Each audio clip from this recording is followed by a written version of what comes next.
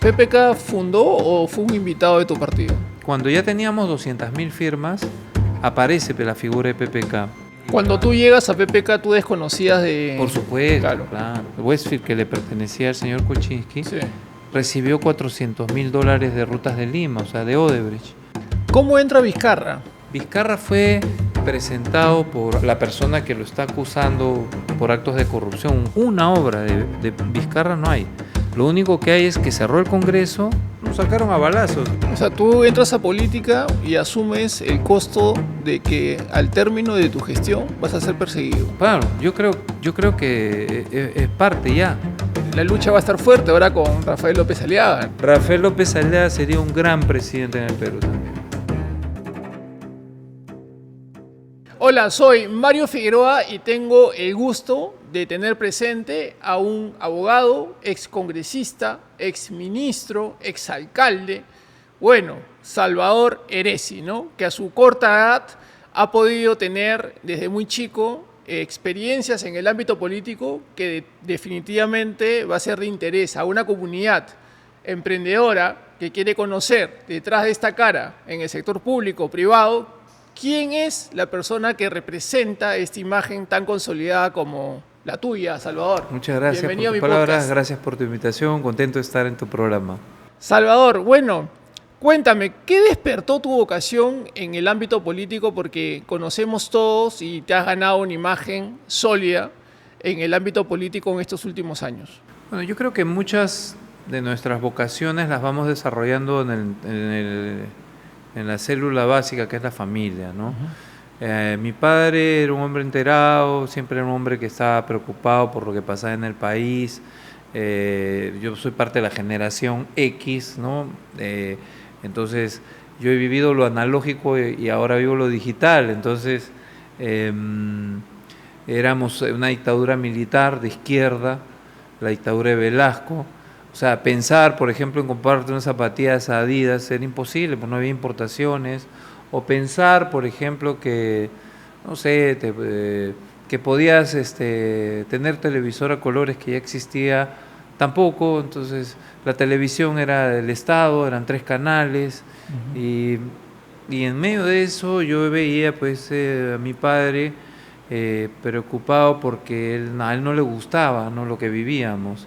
Renegaba mucho con los militares, ¿no? A pesar de que hay mucha gente, entre los que yo me sumo, digo, nuestras gloriosas Fuerzas Armadas, que en algunos momentos de nuestra historia no han sido tan gloriosas, ¿no? O sea, han tenido malos pasos, como Sí. por ejemplo el hacer un golpe de Estado y apoderarse del gobierno durante 11 años, la dictadura nefasta de Velasco, continuada por Morales Bermúdez, que hizo algunas reformas, pero que fueron nefastas. Entonces, esa convicción de que había algo nefasto en el país y vivir a los 14 años el retorno a la democracia con Belaúnde, lo que era la constituyente, todo eso fue algo nuevo, ¿no? Algo interesante. Hombres de pronto que no estaban, no leían los discursos como los militares, que estaban uniformados y leían con ese tono castrense sus discursos, sino de pronto hombres brillantes que tenían unos discursos memorables como Fernando Belaúnde, Claro. Víctor Raúl Aya de la Torre, Luis Bedoya Reyes, Héctor Cornejo Chávez. Y ver a esta gente era algo que me despertó el interés y la admiración porque creo que es algo que se ha perdido en nuestro país. Es muy raro que un joven admire a un político. En mi época, cuando yo era niño, admiraba a los políticos, admiraba a Belaúnde, admiraba a Aya de la Torre, admiraba a Luis Bedoya Reyes, y lo sentía como mis paradigmas, mis ejemplos, ¿no?, a seguir, ¿no? Y eso fue eso. Y en el colegio fui inquieto, siempre me interesaron los temas sociales, políticos. Entré a la universidad igual, me metí en política universitaria, así que gané mis primeras elecciones en las universidades. Entonces, y creo que he ido de menos a más siempre, ¿no? Claro. O sea, yo creo que la política debe ser, a la política, a los altos cargos debe llegar gente que ha tenido un nivel de preparación previa y una formación política para ejercer bien los cargos, ¿no? Sobre todo que me hablas de 2 etapas bien marcadas en tu vida, ¿no? Porque estamos hablando de los 70s y los 80s, donde bien mencionas, había una calidad política totalmente distinta a la que hoy comúnmente vemos. También mencionas de que el sistema análogo digital, ¿no? Y también es importante mencionar la coyuntura social, ¿no? Porque yo creo que en los 70s y 80s fue una época bien movida, ¿no? Media revolucionaria, ¿no? Fue una época de convulsión social, de reformas fallidas. Yo he visto, por ejemplo, algunas películas que están tratando de edulcorar, por ejemplo, el desastre que fue la reforma agraria. Claro. Eso fue un desastre. Hicieron al campesino más pobre. El campesino no fue propietario de nada. Era el Estado el que a través de Sinamos manejaba todo. Unos burócratas que se aprovecharon del campesino. Eso no fue fue líricamente una reivindicación al campesino, diciendo el patrón no comerá más de tu pobreza, pero al final lo que se hizo fue hacer al campesino más pobre. Esa reforma no funcionó, como no funcionó la comunidad industrial, como no funcionó el sobredimensionamiento del Estado, que generó déficit fiscal, que generó inflación, como no funcionó la reforma de la educación, el reconocimiento del SUTET, la caída de los niveles educativos a niveles paupérrimos, solo superiores a Haití, que es una república de la anarquía. Entonces, claro, en nuestro país estamos cosechando lo que hace 30 o 40 años se sembró y probablemente podemos materialmente estar bien, pero desde el punto de vista espiritual, y me refiero al tema del conocimiento, al tema del desarrollo de las ideas, de cómo voto, por qué voto por alguien. Ahora, ¿tú crees que la reforma agraria no funcionó porque no se supo manejar, más allá de por qué se hizo? Cuando sabíamos o entendíamos, porque yo no lo he vivido, sino me rijo a la historia, de que la economía del país estaba tomada por un segmento, digamos, apoderado de poder económico. Así es. Y no había un poco de democratización para que otros también puedan tener las oportunidades. Así es. Lo que tú dices es cierto, es un diagnóstico certero. Había una plutocracia, había digamos, el poder económico está en muy pocas manos. Pero yo creo que la economía y la riqueza no se genera quitándole al que tiene dinero, sino haciendo que el pobre avance hacia la clase media y de la clase media aspiracional a tener una mejor posición en la vida. Claro. Entonces, yo creo que todos en el Perú, por lo que yo he leído, porque yo esa etapa la he vivido de niño, de que no era consciente de lo que pasaba en el Perú, pero por lo que he leído, el tema fracasó porque se hizo una reforma con un campesino que no estaba preparado para la gerencia, para la administración del campo como un negocio, porque finalmente el campo, como toda actividad de la vida, donde uno quiere producir, es un negocio. Claro, demanda conocimiento. Y entonces el negocio demanda un cierto conocimiento, ¿no? No digo que tengas que ser universitario, porque hay mucha gente muchos millonarios que ni siquiera lo son, entonces no lo son. Entonces es tener algún conocimiento, habilidad, encontrar, desarrollarlas. Entonces se generó el modelo de la cooperativa, que al final dependía del Estado, y entonces un modelo socialista que coacta las libertades, y entonces cuando se coactan las libertades no hay un desarrollo espiritual.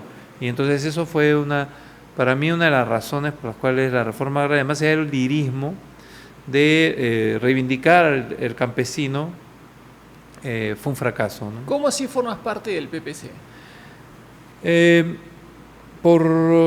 Admiraba a Bedoya, lo admiré, creo que fue un gran político del siglo XX, el mejor alcalde de Lima del siglo XX, un gran maestro.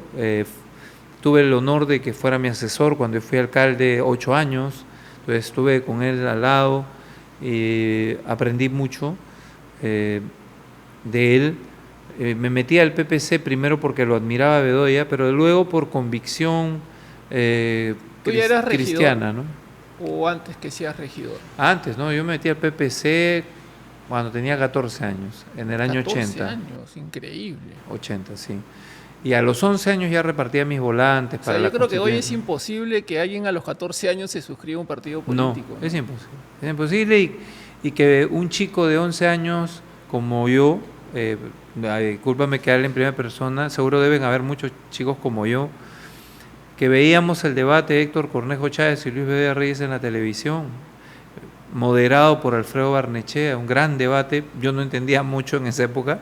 Hablaban pues del déficit fiscal, de la primera fase y la segunda fase del gobierno militar, de las reformas que hizo el Velasco, el tema de la libertad de expresión. Varios temas se tocaron, interesantes. Ambos personas, Cornejo y Bedoya, eran brillantes. Entonces, no creo que hubo un ganador definitivo en ese debate. Creo que un poquito, levemente, Cornejo tuvo una performance mejor sin que Bedoya lo haya hecho mal. Y creo que el gran ganador en ese debate fue el ciudadano, que vio un debate realmente que demoró 3 horas. O sea, antes los debates no era pues, Impresionante. ahora uno ve unas cosas que es un circo, ¿no? Señor candidato, usted tiene 1 minuto para exponer su plan de seguridad ciudadana. Eso es una burla, ¿no? Fuiste regidor en el año 92. En el 90. En el 90. En el 90 con la FREDEMO, con el Frente Democrático de Vargas Llosa. Ajá.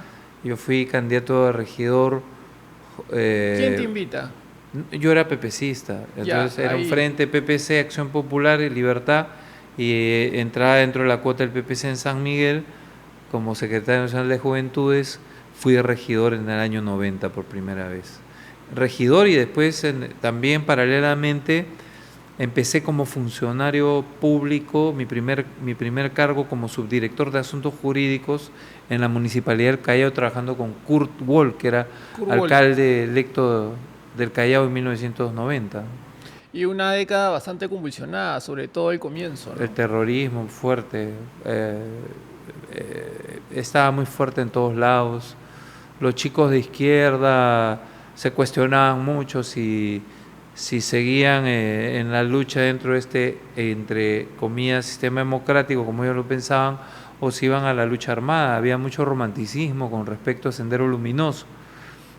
Pero la propuesta de Abimael Guzmán fue una propuesta muy sanguinaria, ¿no? Habían muchas ejecuciones extrajudiciales. Mucho se habla de que en esa época, en el periodo de conflicto armado interno, que era el del terrorismo de Sendero Luminoso, yo he escuchado a la gente de izquierda hablar de un terrorismo de Estado versus un terrorismo de Sendero Luminoso, y no fue así. O sea, lo que hubo fue una subversión que quería apoderarse del Estado peruano para imponer un régimen totalitario, ¿no? Y dentro de ese Estado que tiene el derecho a usar la violencia para, digamos, defender el bien común, defender el Estado de Derecho, hubo excesos por parte de muy puntuales personajes. No es lo mismo una política de Estado que que haya habido gente que se equivocó, que no sabía cómo enfrentar el terrorismo, porque era algo nuevo, ¿no? Era un proceso complicado.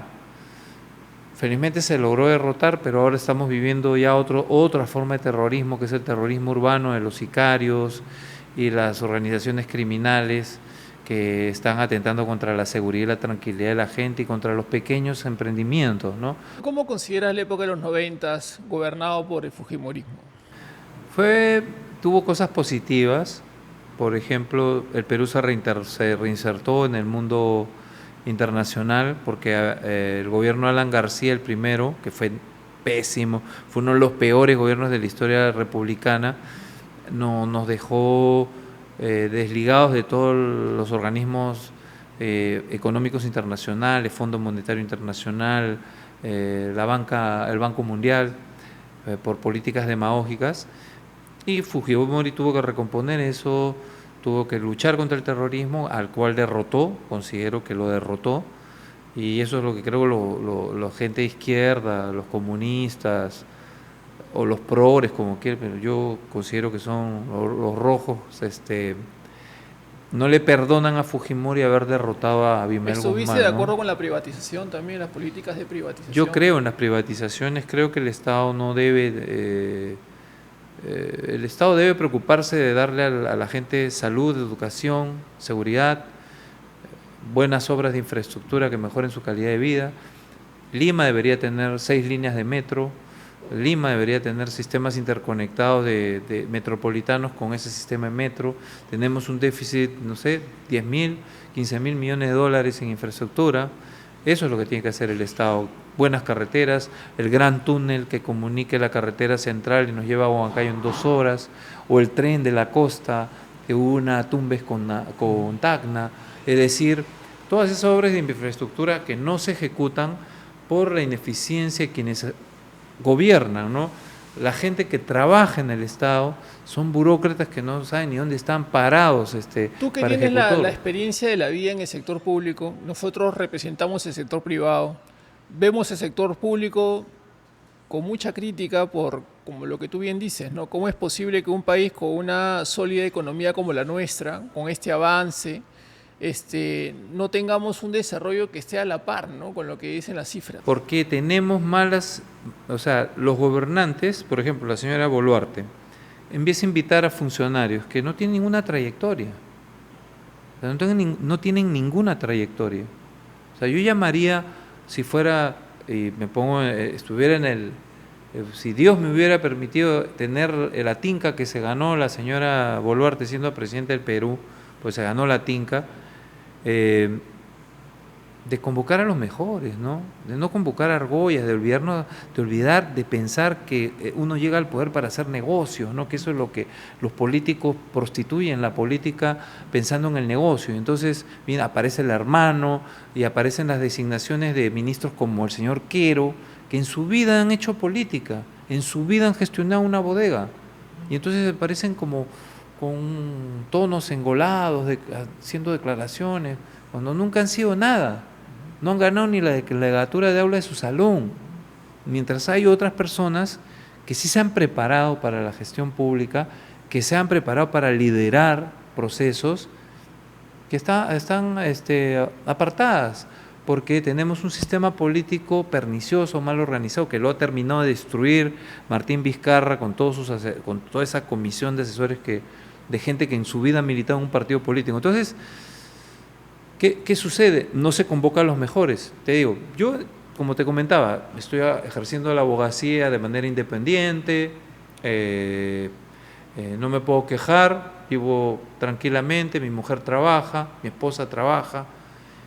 Y sin embargo, yo he sido 12 años alcalde de San Miguel, yo he tenido niveles de aprobación de 80%. Tú has sido electo tres veces. 3 veces, Desde el con 2003. 65% la segunda vez y con 50%, o sea, Desde el 2003. desde el 2003 hasta el 2014. ¿Y qué pasó en los 90? Fuiste regidor en el 92. En el 92 hasta el 95. Ya, 95. ¿Y Y qué de pasó? ahí me metí al rock, pues. Ah, estuviste Sí, estuve en mi periodo sabático, ¿no? ya. En esa época que estaba el Grupo Río, todo. Como son mis patas, Claro. los chicos de Río, Frágil, todos ellos. conocí a Pedrito Suárez Berti, estuve alguna vez he alternado con él en escenario cuando fui alcalde de San Miguel, hicimos algo con él. Conozco a Raúl Romero, los no sé quién, no sé cuántos. Conozco a mucha gente de diferentes bandas, de la banda del Sargento Pimienta, de Jingo. Y ¿Tú cantas o sí, tocas el instrumento ya? canto y toco la guitarra, me acompaño, ¿no? ¿Y tu Ahora papá, estoy tu papá con cierto temor al comienzo o te apoyó también con la música? Mira, mi papá siempre ha sido una persona que me digamos, mirando, chequeando, Sí. porque corría mucha droga en esa época, igual hasta que ahora. ahora, eso creo que no cambia. Tenía mucho cuidado de que yo es un ambiente en el que Sí, pues. corre mucha droga, ¿no? El tema de la música. Me controlaba, ¿no? A veces por ahí sacaba un jalado en el colegio, me quitaba la guitarra, me la decomisaba por unos meses, o por ejemplo cuando iba a los conciertos y de pronto se encontraba con las nubes de humo. Ajá. Entonces, mi viejo decía que, ¿cómo puedes traer a tus hermanos acá, a este Claro. antro de perdición? Una familia religiosa, sobre todo. No, somos religiosos, pero no somos cucufatos. Ya. Yo odio la cucufatería, compadre. O sea, yo creo en Jesucristo La mente abierta. al 1000%, creo en Jesús. Pero no creo que Jesús haya sido tan cucufato como los cucufatos, Tan ¿no? cerrado, tan No, adoctrinado. no, Jesús buscó a los más pobres, Jesús buscó a los Exacto. marginados, Ujú. Jesús se rebelaba contra los mercachifles y contra los fariseos.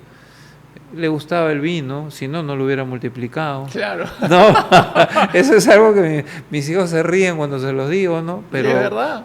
o sea, ¿por qué crees que multiplicó el vino? Para que los demás tomen, pero él no. Ajá. No, debe seguramente. Eso es lo que hace que Jesús para mí sea tan humano que se podía permitir divertirse, me imagino, con moderación y tomarse Oye, sus Salvador, ¿y vinos, tú ¿no? del 95 al 2000 no fuiste tentado por el fujimorismo? O sea, que participes en sus filas. Porque en todos en esa En época alguna era... oportunidad fui por Tomás González, era uno de los que organizábamos, vecinos, me quiso invitar como candidato a la alcaldía de San Miguel. Claro, porque Fujimori también agarraba a los principales influyentes de la música. No, pero en el año 96, perdón, en el año 98 postulé a la alcaldía de San Miguel y formé mi movimiento independiente porque el PPC no estaba inscrito. Era la primera vez que yo postulé a la alcaldía y comencé a crecer y aparecía en las encuestas ya con 20% de intención de voto. Mi competidora, la señora Marina Sequeiros, estaba con 40, yo con 20. Entonces, como yo tenía mi porcentaje propio, me llamaron, pero yo he admirado a Fujimori, pero siempre he considerado que lo que hubo en el 95, en el 92, fue un golpe de Estado. Y que después se recompuso la cosa con el Congreso Constituyente, la intervención de la OEA, y bueno, se llegó al 95. Creo que a pesar de que yo no voté por Fujimori, voté por Pérez de Cuéllar, Fujimori ganó merecidamente las elecciones del 95, pero cometió el gran error de quererse enquistar en el poder, ¿no? Ahora, tenía como el 80 y tantos o 90 y tantos por ciento de mucha popularidad, ¿no? aprobación, porque yo creo que el gran error de Fujimori fue pensar desde el 95 para adelante en su reelección, más que en continuar las reformas que estaban realizándose en el país. Si se hubiera continuado con las reformas, la economía hubiera estado mucho mejor. Por ejemplo, una de las cosas que yo sí le reconozco a Fujimori era que él directamente se preocupaba mucho por el tema de la velocidad de la ejecución de las obras. Entonces, cuando había muy poquito tiempo que yo no había viajado por carretera, yo había viajado en los 80, 85, 86 por las carreteras del Perú con el PPC, y de pronto en el año 92 comencé nuevamente a viajar por las carreteras del Perú y era un cambio de 180 grados, Sí. del destrozo de todas las carreteras a carreteras bien asfaltadas, bien cuidadas. Entonces, esa eficiencia que se logró y que creo que hasta ahora hace que el fujimorismo se sostenga, es la que mucha gente valora. Y lamentablemente ahora, a pesar de que tenemos más dinero que en la época de Fujimori, lo que prima es la ineficiencia, los burócratas, la gente pues que contrata a las chicas porque usan minifalda y no por el currículum. Hay muchas chicas que están postergadas, muchas chicas que si tienen maestrías, que no usan minifalda, que no probablemente no tengan no tengan las medidas que algunos jefes quisieran y que están postergadas, ¿no? Y que eso que ha pasado en el Congreso con esta contratación de chicas sin currículum, yo no creo que haya una red de prostitución, pero sí chicas sin currículum. Ahora, ¿tú estás de acuerdo con esta persecución política que tuvo Alberto Fujimori a pesar de sus errores o tropiezos graves? ¿O no? Mira, yo creo que lo que ha sucedido en el Perú es que Fujimori puso en jaque a la izquierda y la barrió del mapa político. y fue un presidente con una democracia de baja intensidad.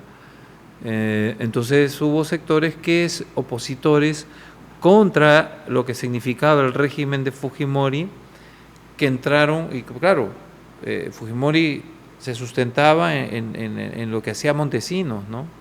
Te grababa, filmaba, compraba canales de televisión, compraba periodistas, compraba empresarios, o sea, la corrupción era corrupción. Fujimori cometió el error de designarlo a este señor como ministro, nunca se demostró que él estuviera metido en la corrupción, pero cometió el gran error de ponerlo a Montesinos y de hacer una política de guerra sucia con Montesinos, que grababa a la gente, le daba dinero en mano. Entonces eso, hubo determinadas personas que sufrieron ese régimen y después viene la revancha, ¿no? Entonces la revancha, y estamos en esa situación donde no hay paz, ¿no? Ahora, cuando la derecha tenga algo de poder, perseguirán a los caviares, y los caviares, cuando tengan algo de poder, perseguirán a los que estuvieron persiguiéndolos a ellos, y así sucesivamente, per secula seculorum. Eso se tiene que acabar. Es un momento en el cual tenemos que ponernos de acuerdo en tener ciertos puntos de encuentro para hacer un país viable. No puede ser que todo esté polarizado, o sea, o eres de derecha o eres de izquierda. No hay un punto de encuentro, y creo que es necesario que busquemos puntos de encuentro para generar paz, para tener un poder judicial libre, para tener un ministerio público libre, donde que no haya persecución. Si hay persecución, yo considero que la prisión de Alberto Fujimori se basó en la teoría de la autoría inmediata por los crímenes de Barrios Altos, claro, y la Cantuta. O sea, son dos cosas distintas, hablando temas de corrupción, como bien tú lo mencionas, que fue una época nefasta, pero encima de eso se le acusa por haber... Crímenes de lesa humanidad. Exacto. Entonces, estos crímenes, está demostrado que Fujimori no dio ninguna orden para matar a la gente de Barrios Altos y la Cantuta. Hay escritores como Ricardo Ucea que son gente precisamente de derecha, que han logrado demostrar que esa sentencia de autoría inmediata, que es otra, digamos, categoría del derecho penal bastante poco solvente, o sea, alguien que está debajo tuyo comete un crimen, tú supuestamente deberías saberlo. Y eso es el delito, por lo que yo aprendí en la universidad, es que el delito es personalísimo. Si tú cometes un delito, tú eres el que paga. No paga tu superior si tu superior no sabía. Entonces, es un poco lo que pasó con Fujimori, y una prisión injusta, por el personaje, o todos los personajes pueden ser muy polémicos, pero todos los personajes, cualquiera, sea Fujimori, sea, por ejemplo, por hablar de los personajes que les dicen caviares, ¿no? Sí. Gorriti o Pedro Castillo, todos merecen investigaciones limpias, investigaciones sin carga política, investigaciones sin persecución, sí, Ministerio Público libre.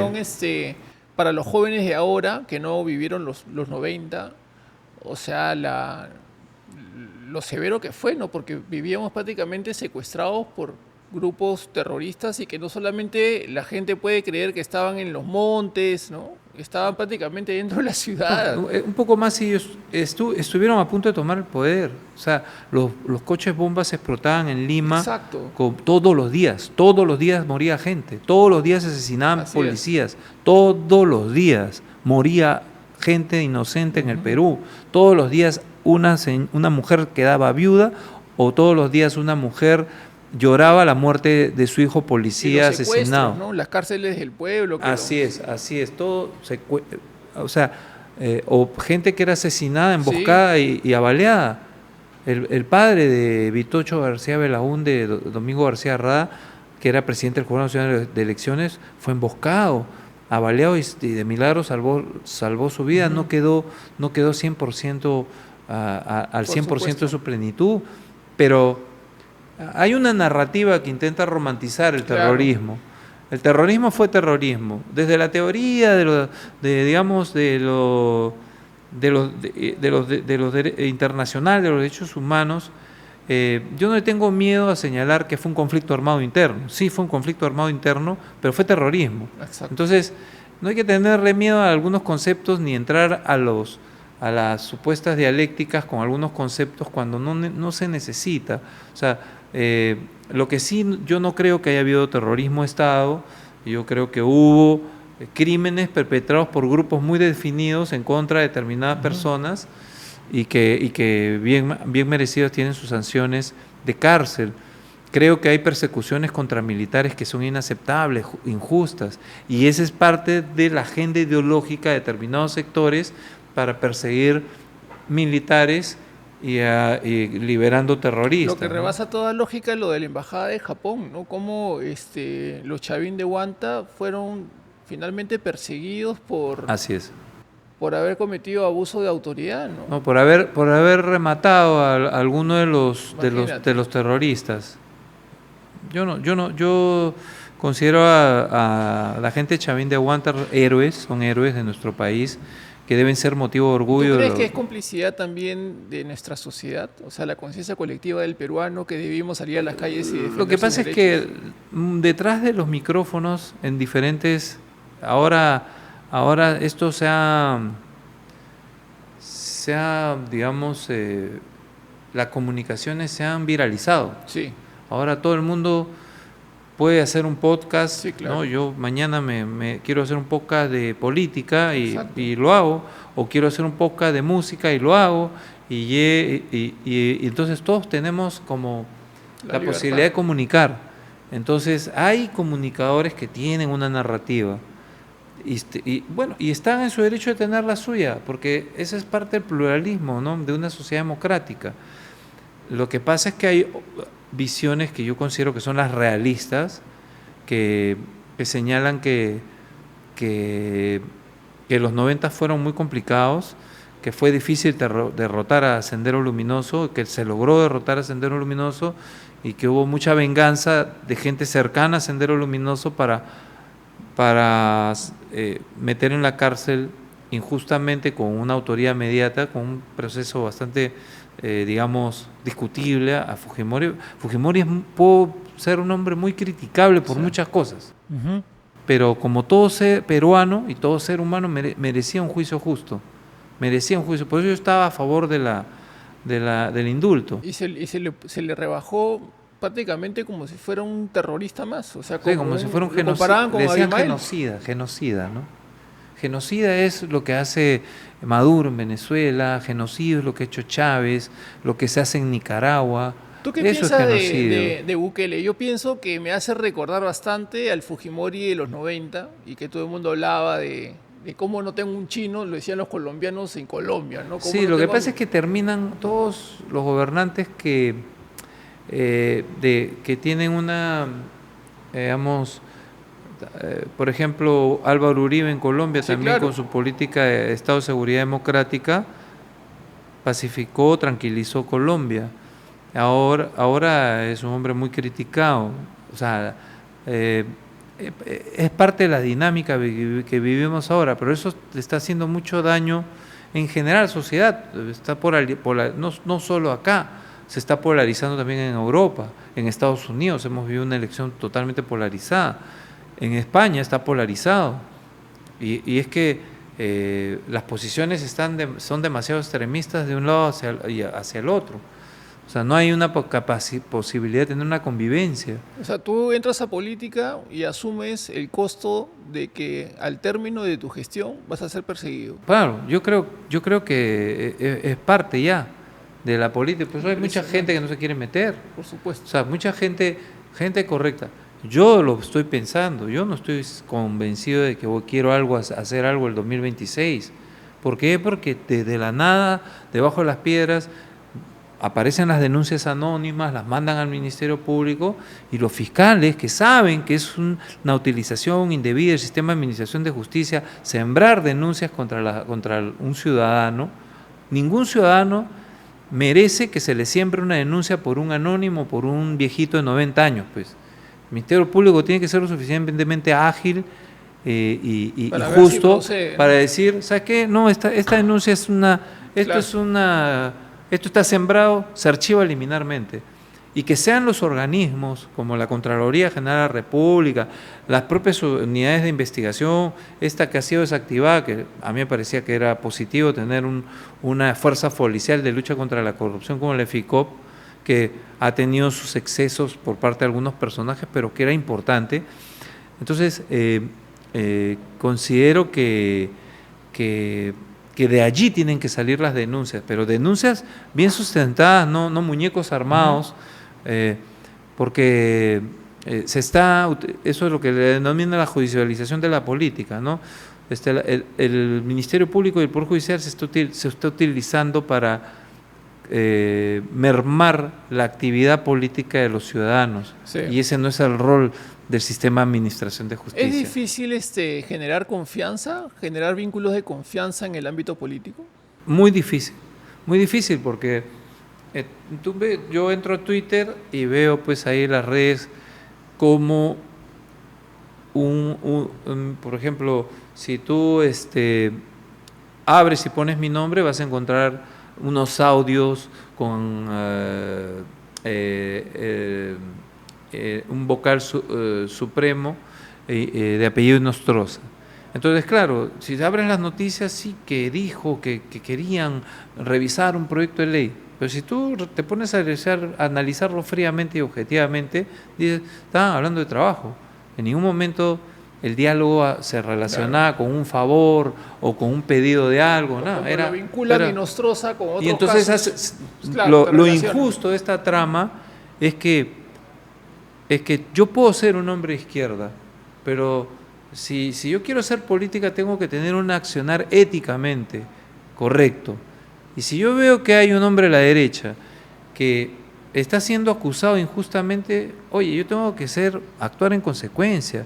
Si yo veo que un hombre de izquierda está siendo atormentado, perseguido, yo desde la derecha lo voy a defender. Yo voy a defender la justicia no para la derecha ni para la izquierda, voy a defender la justicia porque todos los ciudadanos de nuestro país merecen un sistema justo. Como por ejemplo ahora, Pedro Castillo está en la cárcel. ¿Qué hizo Pedro Castillo? Fue un imbécil que hizo un golpe de Estado de un discurso, nos hemos salvado. Gracias a Dios. Nos hemos salvado, pero ahora la pregunta es, ¿prisión preventiva? Pues no podría estar en su domicilio en una prisión domiciliaria. ¿Por qué ese ánimo de humillar al hombre que cometió el delito? Cuando no es un elemento, no es un delincuente del Tren de Aragua. ¿Pero tú crees que haya temor por parte de Dina con Pedro Castillo operando desde su casa? Es posible, pero es posible. Pedro Castillo puso en jaque la educación del país cuando él presidía esta organización paralela al SUTEP en la época de la ministra Martans y la puso en jaque. O sea, Pedro Castillo es un tipo de izquierda extrema. Yo personalmente creo que, claro, Dina Boluarte debe tener miedo. ¿Por qué? Dina Boluarte también tiene sus propias limitaciones. Y si fuera, pues, no sé, un tipo, más allá de lo que se le puede criticar, si tuviéramos en el poder a Alan García, yo estoy seguro que para Alan García el señor Pedro Castillo no sería un problema. Porque es una persona, porque está en el poder una persona preparada, como podría decírtelo en el nombre de Rafael López Aliaga o en el nombre de algún otro, de Philip Butters, ¿no? Después de tus 3 gestiones como alcalde de San Miguel, fundas en el 2014 el Partido Peruanos por el Cambio. Sí. ¿No? ¿Lo fundas con quién? Con PPK, con Pedro Pablo Kuczynski, con Gilbert Violeta y todas las otras personas. ¿PPK fundó o fue un invitado de tu partido? Mira, el tema, mucho se ha hablado de eso, ¿no? Yo compré el kit y al partido que iba a formar se le denominó Perú Más, así se llamaba. Entonces, cuando ya teníamos 200.000 firmas, aparece la figura de PPK interesado en tener una plataforma desde la cual lanzarse a la presidencia en el año 2016. ¿Cuál fue tu vínculo con él? O sea, ¿cómo lo conoces? A través de un amigo, que en paz descanse, Jorge Rodríguez Lava. Él tuvo las primeras reuniones con Gilbert Violeta, pero Pablo aceptó tener una reunión conmigo. Yo le manifesté que en el 2014 yo quería postular a la alcaldía de Lima y que fuéramos en un proyecto conjunto, pero que yo iba a apoyar con el partido, con la formación del partido para que él fuera presidente y que él fuera recíproco conmigo apoyándome a la alcaldía de Lima. Lamentablemente él no cumplió con su compromiso, que hasta creo que por escrito lo firmó. Inclusive habló de otros candidatos el mismo día del debate. Yo estaba en el hotel Westin. No puedo creerlo. Sí, sí. O sea, inmediatamente antes en un programa político con Milagros Leiva, y él estaba hablando por otro candidato. Y yo entré al debate un poquito, lógicamente, movido, porque en las redes sociales salía pues que PPK me había jalado la alfombra. Entonces no solamente no me apoyó, sino que me trató mal. No digo traición, pero sí me trató mal. Después ya fui candidato al Congreso con él, bueno, que era lo que tocaba, porque yo era el secretario general del partido. Pero hay un resquebrajamiento, una ruptura. Se rompió desde mi lado la confianza, ¿no? Porque, o sea, yo considero que la honestidad es muy importante y la palabra empeñada, los compromisos que uno asume con la gente hay que cumplirlos. O sea, la política, las personas confluyen y tienen el legítimo derecho de tener aspiraciones para postular a uno u otro cargo. Y si tú te pusiste de acuerdo con alguien y dijiste, oye, mira, vamos a sacar adelante al país, tú en este lugar, yo en este lugar, vamos juntos, y de pronto cuando ya estás listo para lanzar el partido, te jalan la alfombra. Pero eso habla mucho de la capacidad íntegra, ¿no? De los valores, los principios, porque a veces relacionamos el éxito con dinero, con capacidad de adquisición. Entonces hay mucha gente que no se acuerda, ¿no? Que no se acuerda. Hay algunas personas cercanas a Pedro Pablo. Yo no tengo nada personal contra Pedro Pablo, es más, en este proceso y esta investigación que tiene le deseo lo mejor. Yo no soy un personaje de rencores. Pero la historia está allí. Eso fue lo que pasó. Entonces hay gente que no sabe por qué Salvador Heresi, cuando PPK tiene el problema que aparece en Westfield y First Capital, él no consideraba que no era correcto que ya él continuara en la presidencia de la República después de la aparición de los Kenji videos. Y era porque ya era no se puede sostener a personas que no son transparentes, más allá de los nombres. Cuando no hay transparencia, cuando tú ocultas cosas. Por ejemplo, yo te doy un dato, ¿no? Yo postulé a la alcaldía de Lima el año 2014 y Westfield, que le pertenecía al señor Kuczynski, sí, recibió $400,000 de Rutas de Lima, o sea, de Odebrecht. Y yo postulé el 2014 contra Susana Villarán, que era la candidata de Odebrecht. ¿A qué vino ese dinero, no? Claro, hay toda una teoría de que PPK no tuvo nada que ver, que fue el socio, y bueno. Y era en política no hay en política, como decía, no hay coincidencias, ¿no? Exacto. No, finalmente la vida da vueltas y la vida tarde o temprano hace justicia. Entonces, claro, cada persona tiene una relación afectiva con él, ¿no? De los que quedamos en Peruanos por el Cambio. Yo entiendo, por ejemplo, que mi amigo Carlos Bruce tiene un aprecio por él diferente al que yo pueda tenerlo, al que Pedro Pablo pueda tener conmigo también, por supuesto, es recíproco. O Meche Arauz con él y conmigo, porque Meche quería sostener el gobierno de Pedro Pablo. Yo ya tenía mis discrepancias con él desde antes, entonces, lógicamente, al final las cosas se dieron como se dieron y lamentablemente terminó siendo Mira, la percepción más de nefasto, lo que ¿no? se veía ahí era de que prácticamente los habían como arrimado a ustedes y habían metido una gente que no era nada... Eso es verdad, pero eso fue también, te digo, fue error de Pedro Pablo, ¿no? Pedro Pablo forma el partido conmigo, Claro, con Gilbert, con gente, políticos de clase media. un trabajo pesado, duro. Éramos Claro. pero te digo, somos políticos de clase media. No éramos para nada representantes de la derecha peruana, los pituquitos miraflorinos, ni de las casuarinas.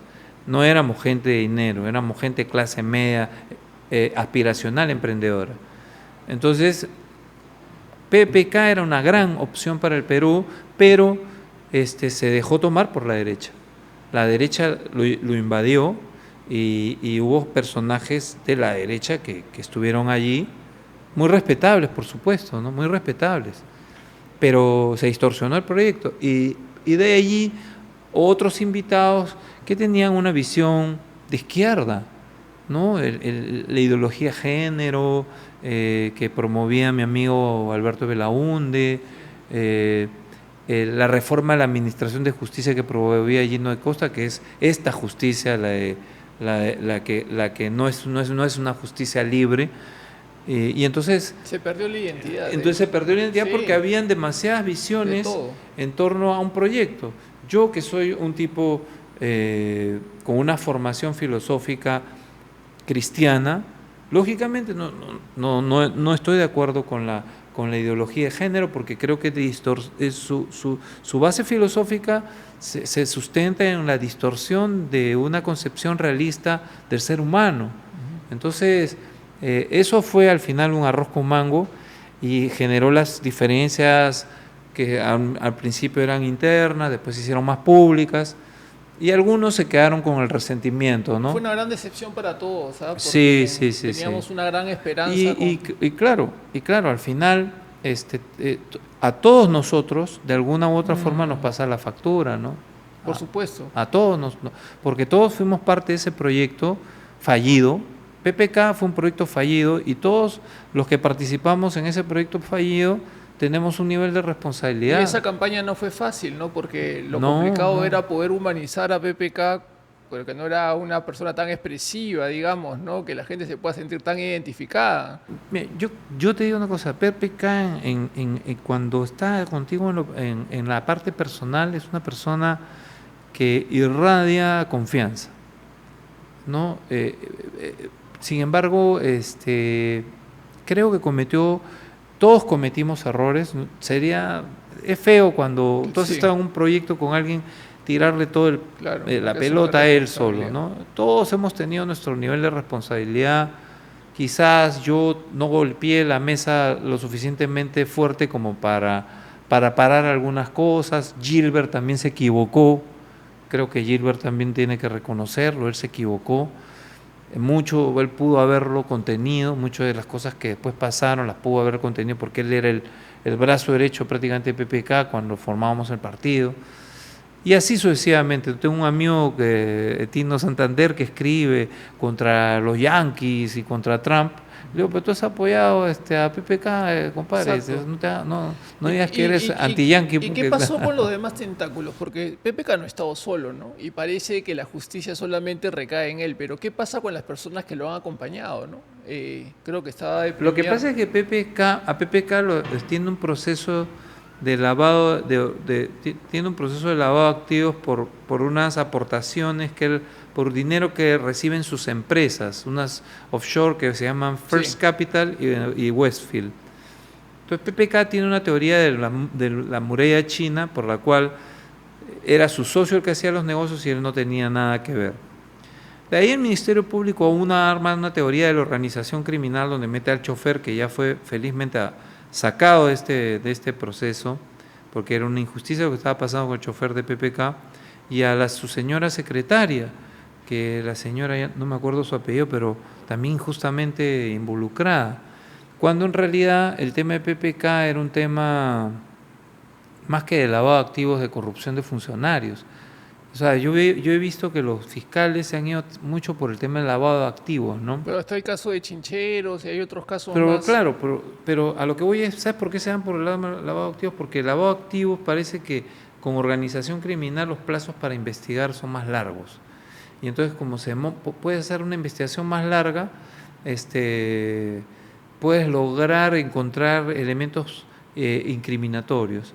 Pero yo no creo que el Ministerio Público debió haberse enfocado en perseguir estos delitos como lavado de activos, sino más como corrupción de funcionarios, peculado, colusión, malversación de fondos, fraude en la administración pública, que son delitos graves, ¿no? Pero lavado de activos ya viene aquí una premisa, por decirte, ¿no? Para que haya lavado de activos, no, que le encontraron un desbalance, sí está bien, desbalance patrimonial no es delito. El delito es que ese desbalance patrimonial, No que en negativo, tú te hayas ese positivo que no lo justificas, claro, tenga un origen ilícito. Ese es el lavado de activos. Si tú no puedes demostrar que hay un origen ilícito del narcotráfico, pero demostrado, o sea, tú puedes decir, no, que se supone, imagínate, por ejemplo, Salvador Erisi fue alcalde de San Miguel, entonces se supone que su casa se la compró con plata de la corrupción. Ya pues, se supone, pero tienes que probarla. Claro, tienes que probarlo. ¿Quién fue? ¿Quién reventó la mano? ¿Dónde está la coima? Si no demuestras eso, por ejemplo, en el caso de un enriquecimiento ilícito, el abuso del cargo, no hay el delito. Entonces, hay investigaciones que se hacen por enriquecimiento ilícito y por lavado de activos que no tienen futuro porque no está claramente definido el origen ilícito. ¿Y por qué se le cuestiona a PPK que en ese entonces se juntaba con gente que no participaba activamente en política y eran como, entre comillas, lobistas, personas que estaban metidas directamente en la banca, por no decir nombres, ¿no? Se hablaban de un grupo de mujeres que la acompañaban y que estuvieron involucradas en diferentes proyectos, ¿no? Yo te digo con honestidad, yo no dudo de esas mujeres que estuvieron rodeando a PPK. De verdad, eran mujeres muy entusiastas, gente muy exitosa, profesional. Te puedo hablar de una que no es una persona correcta, honesta, tengo el mejor de los conceptos de ella, tiene un carácter fuerte, creo que no, todavía está molesta conmigo, pero yo le tengo cariño a esa Mercedes Arauz, le tengo respeto, ¿sí? ¿Y por qué está molesta contigo? ¿Por qué? Porque yo creo que la discrepancia no tiene por qué enemistarnos, ¿no? Lo que se cuestiona, creo, que con Meche es que cuando PPK renuncia, esperaba de que todo el mundo renuncie y ella fue la que no renunció, creo. No. Ella, más bien, ella quiso sostener el gobierno de PPK, lo quiso sostener. Y hubo algunos que no manifestaron esa posición, ¿no? Hubo gente, como por ejemplo, que dijo públicamente, si se mantiene esta situación, yo voy a votar a favor de la vacancia, ¿no? Hubo congresistas de PPK que dijeron eso, porque era muy fuerte el tema, lo que había aparecido. De los audios con Kenji. Los Kenji videos, sumado a las acusaciones del tema Odebrecht, ¿no? De la plata que le pagó Odebrecht a las sociedades de PPK. Mira, si tú tienes negocios con Odebrecht, tú no postulas a la presidencia, claro. Pues. Si tú tienes negocios... Y los vínculos de gobierno de Alejandro Toledo cuando él era premier, ¿no? Él era premier, renuncia, en el tiempo en que renuncia se firma algo que favorece se firma una norma que favorece a Odebrecht, luego él regresa. Claro, o sea, él tiene sus argumentos de defensa, yo espero que salga a PPK bien librado. Cuando tú llegas a PPK, tú desconocías de... Por supuesto, claro. Debe haber sido fuerte toda esta información. O sea, lo que yo quiero que se entienda es que nadie quiso jalar la alfombra, pero Pablo, sino que es una responsabilidad. Nosotros estábamos éramos el partido de gobierno lamentablemente hubiera yo deseado de verdad que en vez o sea, uno quisiera leer el futuro, ¿no? Pero no, lamentablemente no se puede. Pero a la luz de los hechos, hubiera sido mucho mejor presidente de la República Meche Arauz que Vizcarra, definitivamente, ¿no? ¿Cómo entra Vizcarra? Vizcarra fue presentado por ahora la persona que lo está acusando por actos de corrupción, un colaborador eficaz. ¿El que fue ministro Hernández? Así es, él fue el que lo lleva. Él Ya. fue el que lo lleva. ¿Y cómo la conexión con Hernández? Porque él era una persona que trabajaba con PPK, una persona de la confianza de Pedro Pablo. Ya. Un empresario al cual Pedro Pablo escuchaba mucho. Y me imagino que ustedes o sea, no se imaginaban la personalidad que escondía ese personaje. No, de verdad, te digo, no tengo ninguna... la vida me ha dado mucho, me ha dado familia, Sí. felicidad, tengo una esposa maravillosa, una mujer inteligente, Qué bueno. guapa. Entonces, no tengo nada que me haga odiar ni vivir amargado, ¿no? Entonces, a Vizcarra no, por supuesto que no lo odio. Le agradezco que me haya designado su ministro de Justicia. Hay que ser en la vida agradecido. Creo que se equivocó, que buscó más el aplauso de la galería que ser un estadista y resolver problemas. No resolvió problemas, generó problemas. Si yo te pregunto cuál es la principal obra, una obra de Vizcarra, no hay.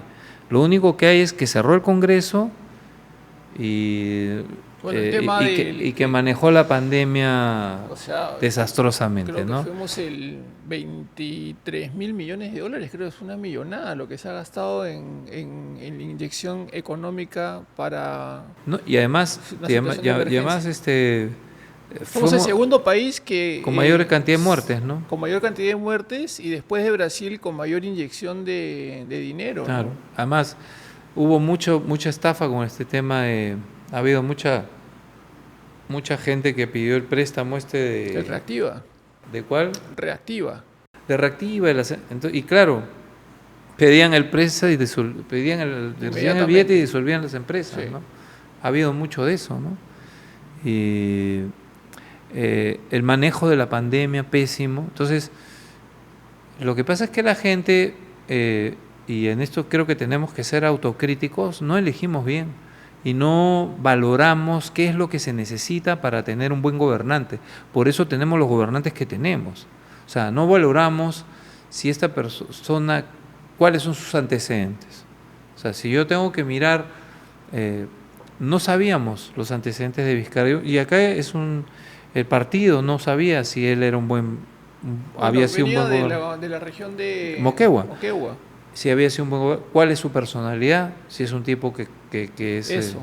Si es un tipo leal, si es un tipo... O sea, ¿Por qué lo llevan de embajador a Canadá? Él creo que lo pide, ¿no? Porque acá no se sentía... Él creo que lo pide y se lo dan. Muy bien ubicado. No, porque él fue desplazado porque... creo que había fricciones con Meche, ¿no? Porque Meche entra de premier. Sí. Y Meche creo que no lo quería como ministro a él. No lo sé, intuyo, no sé esa historia. Sé que Vizcarra se retira y además estaba muy fuerte el tema de Chinchero, ¿no? Cuando tú asumir el Ministerio de Justicia en el 2018, ¿cuál fue tu experiencia como ministro? Porque tampoco fue muy larga. Fueron 4 meses excelentes. Y yo me preocupé mucho por ver el tema de penitenciario, que, o sea, el que podamos revertir el déficit que tenemos de cárceles, ¿no? Tenemos 3 veces más presos de los que pueden las cárceles de nuestro país tener. Ese es un tema que un ministro de Justicia tiene que abordar, no hablar en televisión. Los ministros de Justicia de los últimos años... Tú que has estado ahí, ¿por qué tenemos los centros penitenciarios en ese estado? Porque no tenemos buenos ministros de Justicia. Los ministros de Justicia son gente que nunca en su vida ha hecho gestión, que nunca en su vida ha contratado, que nunca en su vida ha construido. Y entonces, claro, llega el ministro de Justicia, yo soy asesor del presidente, vamos a ver de los derechos humanos, que es un tema importante, por cierto, pero no ven la parte de la infraestructura. Y la parte infraestructura de un Ministerio de Justicia es la parte de las cárceles. Entonces, un ministro de Justicia que para mí tiene resultados es uno que te diga, bueno, yo he construido 5 penales. Hasta ahora no hay un ministro de Justicia, porque además duran poco, ¿no? Duran 5 meses, 6 meses, 7 meses, no se puede hacer gestión. De las cárceles que tanto se habla en El Salvador, Bukele, ¿tú has indagado, tú has revisado? Sí, sí. ¿Qué te parece ese sistema? Me parece que todo sistema tiene que respetar los estándares de los derechos humanos. La cárcel no es un sitio para la tortura. Sin embargo, debo en favor de Bukele decir que el tema de los maras era un tema que ya estaba completamente descontrolado. Y bueno, cada país es soberano para solucionar y tiene la legitimidad del apoyo de su pueblo. Bueno, acuérdate que en los 90 también surgieron los jueces sin rostro, ¿no? Claro, que son medidas que cada Estado soberano da ante una determinada situación, porque es muy fácil hablar desde Bruselas y decir, los derechos humanos, pobrecito. Sí, pero ese pobrecito, si hubiera estado en tu casa, se hubiera violado a tu mujer y a tus hijas. Entonces ese pobrecito, esa gente, la mayoría es despreciada. Probablemente, es lo más posible, es muy posible que hayan excesos, ¿no? Y que esos excesos, me imagino que Bukele mirará, tendrá algún esquema para filtrar los excesos, porque hay muchas denuncias a nivel de derechos humanos contra el modelo Bukele. Entonces, la pregunta es que uno se hace es ¿qué funciona para cada país, ¿no? Entonces, en El Salvador ha funcionado. ¿Y por qué en los centros penitenciarios, por ejemplo, yo te hablo en el ámbito privado como empresario, por qué no se fundan empresas dentro de los centros penitenciarios y se les da como posibilidad de trabajo, como que puedan resarcir su vida dentro de Por ejemplo, un restaurante ahí. Es cierto, ¿no? O, no sé, marcas de ropa. O llevarlos a la selva a algún proyecto. O sea, que trabajen, ¿no? Algún proyecto agropecuario. Lo que sea. Y que los presos trabajen en esos proyectos y que produzcan. Y que también puedan solventar las necesidades de sus casas, ¿no? O sea, eso es un proyecto que durante mi gestión impulsamos, que se llama Cárceles Productivas. Ya. Bueno, y había cosas interesantes. Yo he estado en la cárcel, visitando cárceles, presos que te hacían fabricantes de guitarras, presos que eran excelentes cosiendo. Te hacían la camiseta Umbro de Perú, pero igualita a la original. Sí, claro. ¿Sabes? De verdad, esa experiencia fue a nivel de penitenciario, en la idea de poder hacer las cosas que finalmente no se pudieron hacer. Fue chévere porque yo todas las semanas visitaba. ¿Por qué tan corto tu periodo como ministro? Porque salieron estos audios, pues. Estos audios y Vizcarra me pidió la renuncia, ¿no? Porque los audios, yo convengo en que los audios, en un escenario de audios muy controvertidos, con otros personajes, los míos como ministro de Justicia, con el personaje controvertido, eran pues hacían ruido. Ahí dependía mucho del presidente, ¿no? Mira, cómo a Dina Boluarte, yo sí le tengo que reconocer algo, es que en la defensa de sus ministros no le entran balas. Defiende a sus ministros, los denuncian, defiende a sus ministros. Belaúnde defendía a muerte a sus ministros. Alan García, quizá un poquito menos, pero también defendía. ¿Qué pasó con Otárola? Bueno, discrepancias que hay de visiones de gestión, yo creo, ¿no? Y mucha... el poder, pues en estas instancias hay muchas pugnas, ¿no? Y Otárola en un principio era ¿Tú lo conociste a él? Claro, es mi compañero de universidad. Hace poco le escribí y le dije, oye, compadre, ahora que ya no eres famoso, nos podremos tomar un café. Le digo, sí, hermano, porque cuando estaba de premier no contestaba el teléfono, no contestaba los mensajes, pero me imagino que estaba muy ocupado, ¿no? Y eso pasa, ¿no? ¿Tú crees que a veces la política o yo el lo he poder... vivido, yo también lo he vivido. A veces te digo, yo a Obeto le escribía con honestidad de la persona que le deseaba suerte y saludarlo para desearle lo mejor en su gestión. Pero pasa mucho que recibes llamadas de gente que probablemente la has encontrado una vez en tu vida y tú no puedes perder el tiempo en atender llamadas que tú sabes que son personas que te llaman para pedirte un trabajo, un empleo, ¿no? O, por ejemplo, presentarte una empresa que vende tal o cual cosa. Un ministro de Estado no está para eso, para recibir empresas y ver qué le pueden vender al ministerio. Para eso está el órgano de contrataciones. El ministro lo que tiene que enfocarse es hacer su directorio semanalmente y poner sus prioridades en una gran pizarra, ¿no? En un gran atrio y decir, bueno, número 1, cárceles; número 2, atender la situación actual, la coyuntura de las cárceles, cómo mejoro lo que hay mientras se van construyendo los grandes penales; 3, derechos humanos, la atención de las víctimas del terrorismo. Yo me reunía todas las semanas con las víctimas del terrorismo para ver que les den sus reparaciones. Ellos lo podrán contar, seguramente ellos lo contarán. Me reuní con APRODE, con la Organización de Derechos Humanos de Izquierda, me reuní con Carlos Rivera, el IDL, o sea, yo nunca he tenido problema de ser un tipo democrático y de reunirme con todos los sectores, porque creo que para gobernar el país y hacerle el bien a los peruanos, tienes que sumar. Ahora, y estas cosas o escándalos o temas, yo los llamo medio folclóricos, deterioran la imagen de la política, ¿no? Sobre todo para un sector joven que se siente cada vez menos desapego. Mis hijos, ¿no? Por decirte, ¿no? 16, 20 años. ¿Quieren entrar al ámbito político? Le gusta, al mayor le gusta, pero lo que no les gusta es el conflicto. Esta generación, le dicen la generación de vidrio, ¿no? Cualquier cosa ya se... Sí, de pues. Cristal. La generación de cristal, le dicen. Cualquier cosita, no están acostumbrados porque tienen todo a la mano en el celular. Todo. O sea, yo cuando viajaba tenía que hacer mi carta escrita a mano y mandarla al correo para que mi padre o mi madre la lean cuando hacía algún viaje al extranjero.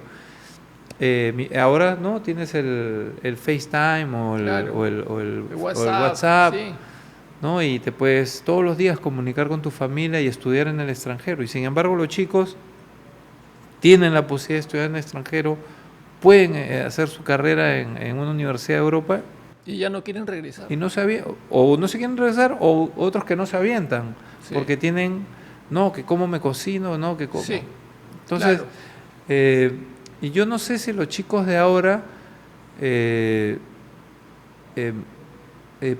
pueden... ¿Estén preparados, dices tú? No digo, al contrario. Yo creo que esta idea de que no les gusta el conflicto puede llevar a que los chicos de ahora... Yo no sé si los chicos de ahora quieren ver a los políticos peleándose, y quieren ver estos conflictos que hay de mi amigo Rafael López Aliaga con Lúcar, por ejemplo. Claro. ¿No? A mí siempre me enseñó mi maestro, el doctor Bedoya, con un periodista uno nunca debe pelearse. Claro. El periodista puede hablar lo que él la gana de ti. Esa es la libertad de expresión. Y si te acusa de un tema delictivo, porque hay periodistas que lo hacen, tienes otros medios, los podcasts, miles de medios para salir a responderle si es que ese periodista tú sabes que no te va a dejar hablar. Uh-huh. Porque los periodistas también son Jalisco, ¿no? Jalisco nunca pierde. Entonces, si yo te denuncié porque tú eres corrupto, tú eres corrupto. Y no hay forma en un programa, o sea, si tú vas a la entrevista, no va a ser fácil. Yo he enfrentado denuncias, por supuesto, y he salido al frente. Y yo no le he tenido miedo a los periodistas, pero siempre creo que hay una palabra que es la llave de que yo me siento, por ejemplo, no digo que me quiere todo el mundo, pero sí creo que no soy una persona que genera resistencia, ¿no? Me llevo bien con todos, con la gente de izquierda. Ahora, se está aplicando un estilo de derecha de manera frontal. Bueno, si vemos a Trump, ¿no? Si vemos a Milei, ahora lo vemos a Pero mira cómo Rafael está López Milei. Aliaga. Ahora Milei ha metido la pata con este tema de las criptomonedas, Las criptomonedas. y se lo quieren tumbar. Y claro, como ha sido tan confrontacional, Sí. tiene enemigos que lo quieren Total. matar. O sea, Y lo que uno quiere es consensos. es que estamos perdiendo eso. Exacto. Pero el consenso real, efectivo, Pero son las eficiente. ideologías, ¿tú crees Yo he que nos visto, por separan? ejemplo, consensos que son saludos a la bandera, como el Acuerdo Nacional, donde se reúnen gente mayor, muy engolados, a sacar comunicados. Los consensos tienen que buscar, bueno, compadre, vamos a sentarnos. ¿Cuáles son los problemas ¿cuál es el problema principal de me siento con los puneños? ¿Cuál es el problema principal de Puno? ¿Cuál pondrías número 1 y número 2? Ya, yo como Estado entro ahí, voy a hacer ese número 1 y ese número 2 en mis 5 años de presidencia. Vamos a Cusco, ¿cuáles tus 2 problemas principales? Ya, esos son los problemas que vamos a atender todos los días. Y mirar en tu mapa cómo va avanzando este proyecto. Tienes 48 proyectos. Ahora, ¿qué tenemos? Tenemos nada. La carretera central para mí es un gran proyecto. Están hablando de que vamos a hacer un túnel, por Dios, un túnel en 5 años. ¿Cuántas líneas de metro se han construido en este gobierno? Ni una. ¿Cuántas en el anterior? Ni una. Ahora, pero también hay que ponernos a pensar de que en los últimos 6 años hemos tenido 6 presidentes, ¿no? Por supuesto, por eso. Entonces es difícil hacer algo cuando... Pero, a ver, el presidente García inauguró la línea del metro que él ya había empezado. Sí. Pero a lo que voy es que no hay una visión de gestión. Y que se respete gobierno a ver, gobierno, para que la gente me esté escuchando que es empresaria, gestión empresarial del Estado. Claro. O sea, de gestionar el Estado como yo gestiono una empresa. Si yo gestiono mal mi empresa, pierdo. Tengo que tener esa visión. Si yo gestiono mal el Estado peruano, estoy haciendo de perder dinero a los peruanos que pagan sus impuestos. Si yo no la veo así, si yo no veo que yo estoy acá sentado como presidente o como ministro de Estado porque la gente me eligió y por la gente me paga el sueldo y por lo tanto yo me debo a la gente, no al revés. No, yo no puedo pasar con mi patrullero de tener el tráfico porque yo soy el ministro. ¿No? Yo me debo, es toda esa gente que está matándose en el tráfico infernal, a esa gente yo me debo y encima le falto el respeto todos los días le falto el respeto pasando interrumpiendo el tráfico para yo pasar primero. Exacto. Dando un pésimo mensaje. Entonces, lo que yo pienso es que es necesario construir verdaderos consensos, pero consensos sobre la base de cosas concretas, hermano, o sea, nada de que vamos a hacer un consenso para que la democracia y las instituciones... De floro, la gente entra... No, hermano, o sea, ya, Lima, ¿qué necesita? ¿Qué necesita Lima? 4 líneas de metro. Necesita 4 líneas de metro. Lima necesita 4 líneas de metro. Me siento con el alcalde de Lima, compadre, porque ahora todo el Estado también lo acapara. La autoridad de esto, la autoridad del otro. No se descentraliza a través de los gobiernos locales. Entonces, el gobierno central tiene que ser el director de orquesta. Ahora, pero el Estado es un aparato importante que está administrado por diferentes partidos políticos que lamentablemente lo hacen más inoperativo aún. Porque no tienen capacidad de gestión, vuelvo al tema. Ya, pero ¿qué pasa si tú tienes una muy buena capacidad de gestión, haces las cosas correctas, vas a inaugurar obras, pero se te acabó el periodo de mandato? Entonces sale un partido opositor. Ahí tiene que ver el electorado. Eso es lo que, ese es el electorado. Eso es lo que pasa. Mira, por ejemplo, pasa en mi distrito, en San Miguel, por ejemplo, yo fui alcalde de 3 periodos, de ahí ha venido Eduardo Blés, y a él lo eligen también porque es un chico que está haciendo gestión. O sea, San Miguel, si tú me preguntas, ¿cuál es el distrito de Lima que en los últimos 25 años más ha progresado en Lima? A ojos cerrados yo te digo San Míguel. Desarrollos inmobiliarios. Yo te digo, a San Miguel era un basurero. San Miguel tiraba, Sí, es verdad. tenía una como la Chira, botaba desagües al mar, no tenía, había zonas que no tenían veredas, no tenían pistas, todo ahora está asfaltado, todo tiene, el colector se cerró, tiene cámaras de video, ha habido una continuidad de una gestión eficiente con una nueva gestión eficiente, y entonces es un distrito que ha progresado. Entonces los electores eligieron bien. También es responsabilidad de nosotros, Claro. elegir bien. Y yo veo que ahora, bueno, hay candidatos interesantes, ¿no? Creo que Philip Butters podría ser un buen candidato, creo que Rafael López Aliaga también, ¿por qué no Keiko también? Me parece que es una buena candidatura. En la izquierda no veo un personaje que me proponga pues la alternativa Felipe González de la izquierda peruana, ¿no? O sea, la izquierda peruana nos presenta más a un Maduro, nos presenta el modelo de ponernos a un Maduro de presidente que poner un Felipe González. Que yo siento golpeada a la izquierda, ¿no? Cuando la izquierda peruana entienda que debe elegirse en el Perú a un Felipe González que creía en el mercado, que promovió el desarrollo empresarial y que generó el crecimiento más exponencial de España y convirtiéndolo en un país de primer mundo en la Unión Europea, cuando la izquierda entienda que el socialismo puede hacer eso y no estarnos proponiendo a futuros Maduros o futuros Ortega. Mira China, ¿no? Claro. O sea, China hoy en día es una potencia de desarrollo empresarial. Claro, ahora, no es democrático, ¿no? Entonces, ha evolucionado, no se ha llegado a la democracia total, pero no está haciendo las cosas tampoco tan mal, ¿no? No, además te digo una cosa, el tema del modelo democrático, ¿no? Que todos defendemos. En algún momento, seguramente en la historia de la humanidad se tendrá que analizar si este sistema democrático, este tipo de sistema democrático liberal, en donde vota todo el mundo y donde hay gente que no le interesa y vota también, si de repente tenemos que evolucionar a una democracia un poquito más sistematizada, que el voto sea voluntario, que la gente que no quiere votar no vote. Tú después de ser ministro renuncias o que voten los que pagan impuestos, ¿no?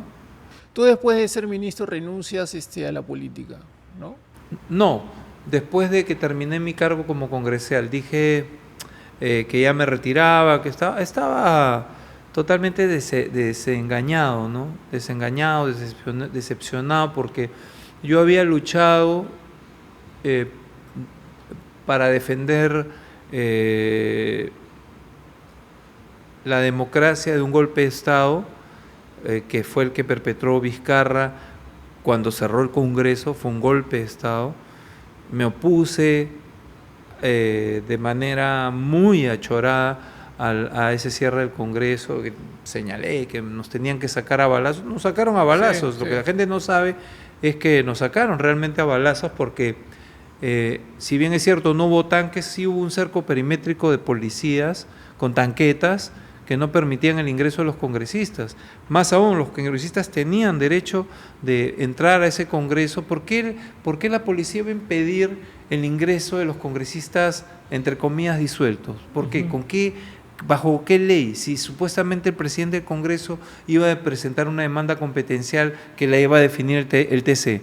¿Por qué negarle a los excongresistas, entre comillas, el acceso al Congreso? A eso es obra y gracia del señor Vizcarra, como su ministro del Interior del momento. Y estaba Salvador Solar también, ¿no? No, Salvador Solar ya había renunciado. Era Vicente Ceballos, el primero. Ceballos. Sí. Y claro, no podíamos. Yo era parte de la comisión permanente, yo sí podía entrar, pero por ejemplo al señor Tubino le tiraron un tubo. Sí. Y claro, todo el mundo lo ve como algo gracioso, pero es una agresión a una persona de edad, a una persona que ejercía una autoridad, a un hombre respetable, venerable por los años y respetable porque no es una mala persona, ni es un delincuente, ni es un corrupto, es un político con el que tú puedes discrepar, puedes estar de acuerdo, pero es una persona respetable. Como hay mucha gente respetable en todos los sectores. O sea, lo que estamos viviendo en la actualidad es que si eres de derecha eres una basura, si eres de izquierda eres una basura. No hay respeto. No hay el reconocimiento al valor de la persona. No importa No hay tolerancia, estamos sumergidos a la no hay intolerancia. respeto a la persona, Sí, porque sí. tú puedes ser de derecha y ser un hombre bueno, un hombre abierto, Y respetar tus ideas. ¿no? Por ejemplo, a mí me preguntan, oye, ¿tú estás a favor o en contra del matrimonio igualitario? Yo digo, mira, el matrimonio es una institución cristiana. Matrimonio viene de la palabra maters, que es maternidad. O sea, el matrimonio es, en virtud de esa etimología, consecuencia de una realidad, la unión del hombre y la mujer para la procreación. Eso es matrimonio. Y esa es una institución cristiana. Claro. ¿No? Entonces, yo no estoy en contra de que las personas del mismo sexo tengan una opción que les dé los mismos derechos que un matrimonio. Pues no le llames matrimonio, pues, brother. Respeta, así como yo no soy LGTB y quieres que yo te respete, respétame a mí. Esa es la base de la democracia. Tú me respetas a mí, yo te respeto a ti. Yo sí creo en la unión civil, pon el nombre que quieras. Pero ¿estarías tú de acuerdo de que las estructuras curriculares en los colegios se impulse ¿El esta ideología de apertura de la género? No. ideología?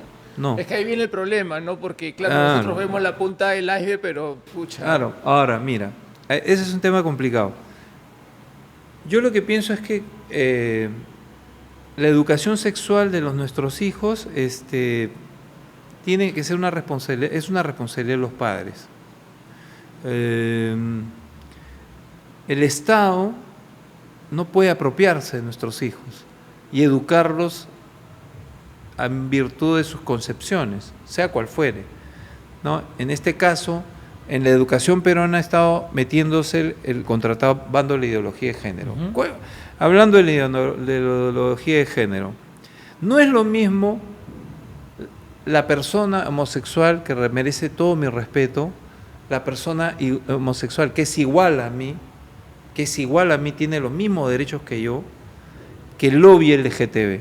El lobby LGTB tiene una serie de escritores y filósofos y pensadores que, por ejemplo, plantean la normalización del sexo con menores de edad, ¿no? Que los menores de edad tienen derecho a acceder a las relaciones, o sea, promoviendo la pedofilia, claro, promoviendo el incesto, ¿no? Yo he leído textos de gente vinculada a el lobby LGTB donde dice que sexualmente los hijos, la mejor manera de iniciar sexualmente es con los padres.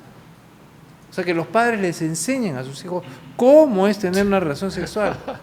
Cada cosa eso es lo que hay, escrito por la gente que está en el lobby LGTB. Y mucha gente gay, mucho no lo sabe. Y defienden una cosa que no entienden. Ajá. O sea, cuando una persona está en contra de la ideología de género, está contra ese contrabando que se mete. O por ejemplo, cuando te dicen que la sexualidad no es un hecho biológico, porque la sociedad heteropatriarcado capitalista te ha asignado un sexo, que es el de tu biología. Y el sexo no es algo que se te pueda asignar, sino es algo que con el tiempo uno va construyendo culturalmente según tu autopercepción. Entonces, si yo soy hombre y me autopercibo mujer, tengo derecho a que se me considere mujer trans, qué sé yo. Entonces, hay una serie de géneros. Tienes pansexual, transexual, tienes y en eso se está convirtiendo también los sesgos políticos, ¿eh? Ahora antes era de centro, izquierda, derecha, ahora es de derecha, conservadora. Antes era derecha, izquierda, ¿no? Antes la pelea era contra la lucha de clases. Yeah. Ahora es la batalla cultural. Ajá. O sea, el marxismo sigue siendo el factor de confrontación. El marxismo ideológico de los 80 era la lucha de clases, plasmada en la lucha armada de Sendero Luminoso aquí en el Perú. Ahora estamos en una batalla cultural. en donde están invadiéndonos en todo, en la educación, en la justicia, hasta en los... Sí, en todo, en todo. Entonces, hay que confrontar, eso es luchar por la democracia, luchar por las libertades de todos. O sea, no es imponer mi manera de pensar a los demás, no. Es que, por ejemplo, a mí no me pueden imponer que con mis impuestos, como por ejemplo en España, se paguen las operaciones de las personas que se quieren cambiar de sexo. La persona es libre de pensar lo que quiere. Si piensa que es por ejemplo, si la persona piensa que es un caballo, tiene derecho a pensar que es un caballo. Si hay una persona del sexo masculino que piensa que es mujer, está en su derecho de pensar que es mujer, siempre que al Estado no le cueste a los bolsillos de los ciudadanos. Exacto, por supuesto. Siempre que no me cueste. Entonces, sí. Yo sí creo que cuando me dicen, no, pero estás excluyendo, no, los derechos son iguales para todos.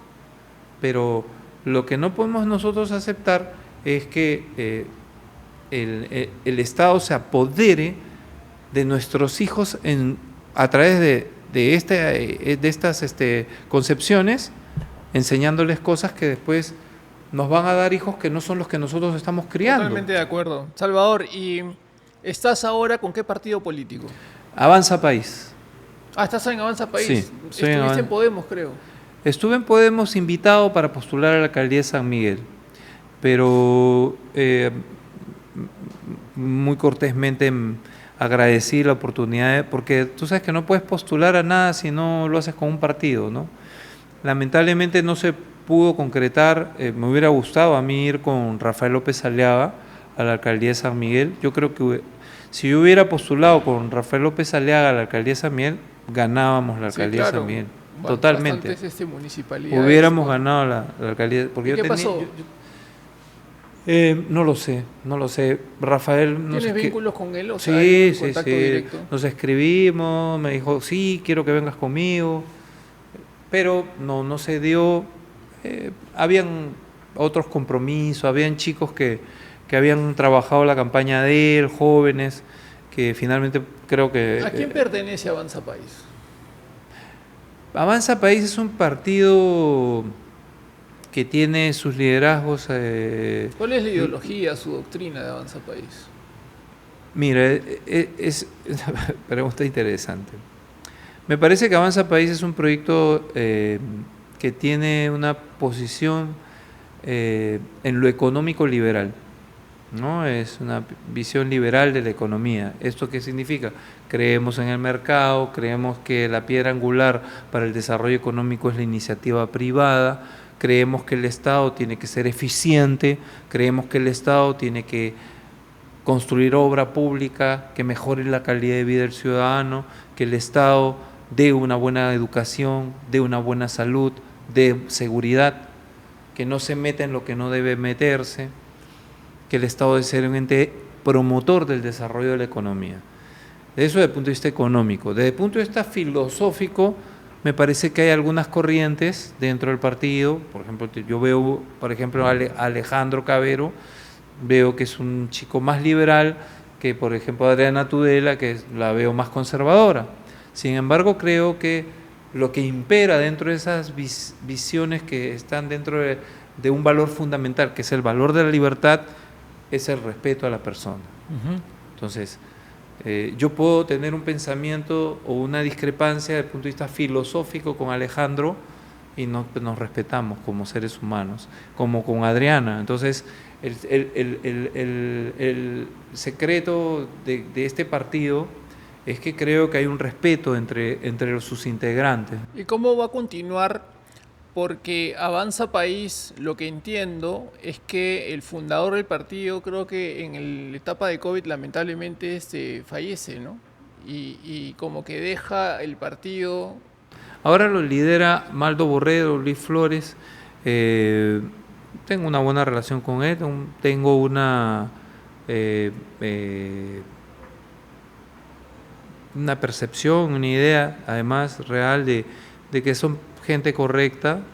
Hace unos días estuve reunidos con ellos, les manifesté algunos puntos Sí, claro, en relación de por la experiencia cuál que es la tienen. visión que ellos tienen del rol que yo puedo jugar en estas elecciones. Claro, ¿sabes ¿no? por qué te pregunto? Porque la lista congresal fue armada cuando Hernando de Soto estaba postulando a la presidencia. Sí, claro.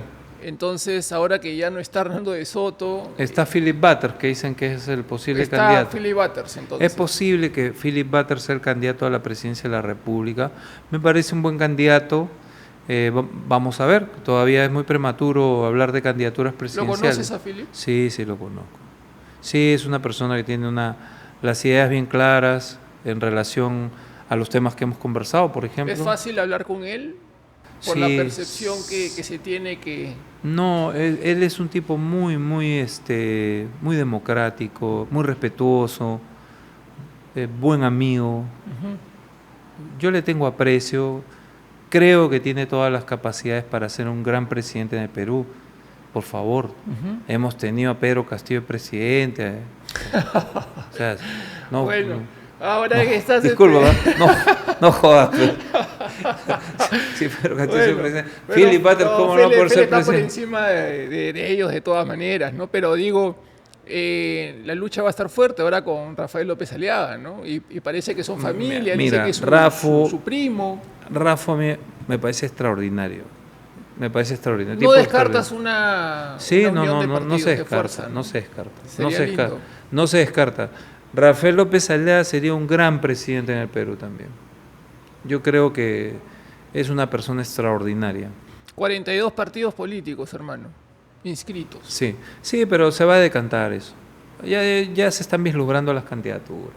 Yo creo que el fujimorismo va a mantener una presencia. Creo que ahora va a crecer porque ha habido mucho en estos tiempos como que a Keiko la han tratado mal, la han perseguido. Yo creo que eso está quedando en el escenario. Y los fujimoristas tienen mucha fuerza en provincias, sobre todo en el norte Ahora, del país. pero el fujimorismo, muchos se identifican con el albertismo, ¿no? De Alberto, ¿no? Entonces, Sí, pero creo que Keiko ha ganado mucha experiencia. La cárcel injusta de la cual ella ha sido víctima, yo estoy seguro que ha sido... Hay gente que pasa por la cárcel y hay gente, o sea, que la cárcel, la carcelería la termina... se aterriza, ¿no? Haciéndola mejor, ¿no? Claro. Hay gente por la que la cárcel, que pasa por la cárcel y como si no hubiera pasado, ¿no? Y a Kenji. Y salen peor. Y Kenji. Kenji también es un chico que tiene muchas condiciones, le tengo un gran aprecio. Yo tengo mucho aprecio por la familia Fujimori, ¿no? Por Keiko y por Kenji, ¿no? Creo que también, no dudo que si Keiko fuera presidenta, sería una gran presidenta también. ¿Sientes tú, Salvador, ya para terminar? Por ahí está, yo creo, las opciones para el Perú, ¿no? Está Philip, Rafael y Keiko. Yo no creo que ya le toca a la izquierda. La izquierda ya tuvo su oportunidad con Vizcarra, completamente. con Pedro Castillo y con Dina Boluarte, que también es de izquierda. Pues no nos olvidemos que Dina Boluarte es de izquierda. ¿Tú sientes, Salvador, de que el asumir de lleno esta carrera política mermó tu vida privada en gran parte? Sí. Yo creo que demasiada tensión,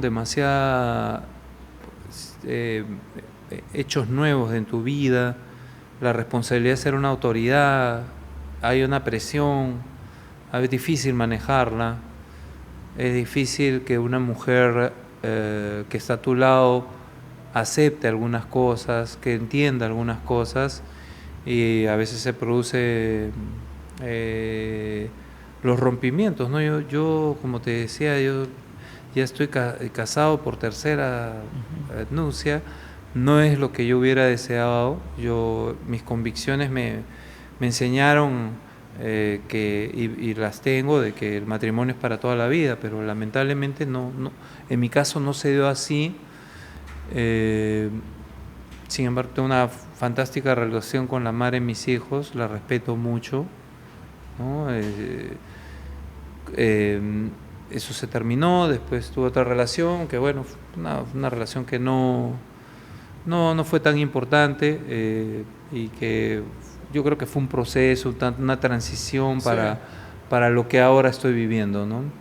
¿Qué mensaje le da, Salvador, a todas las personas y la comunidad que te ve?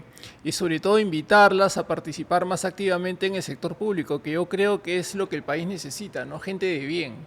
Sí, yo creo que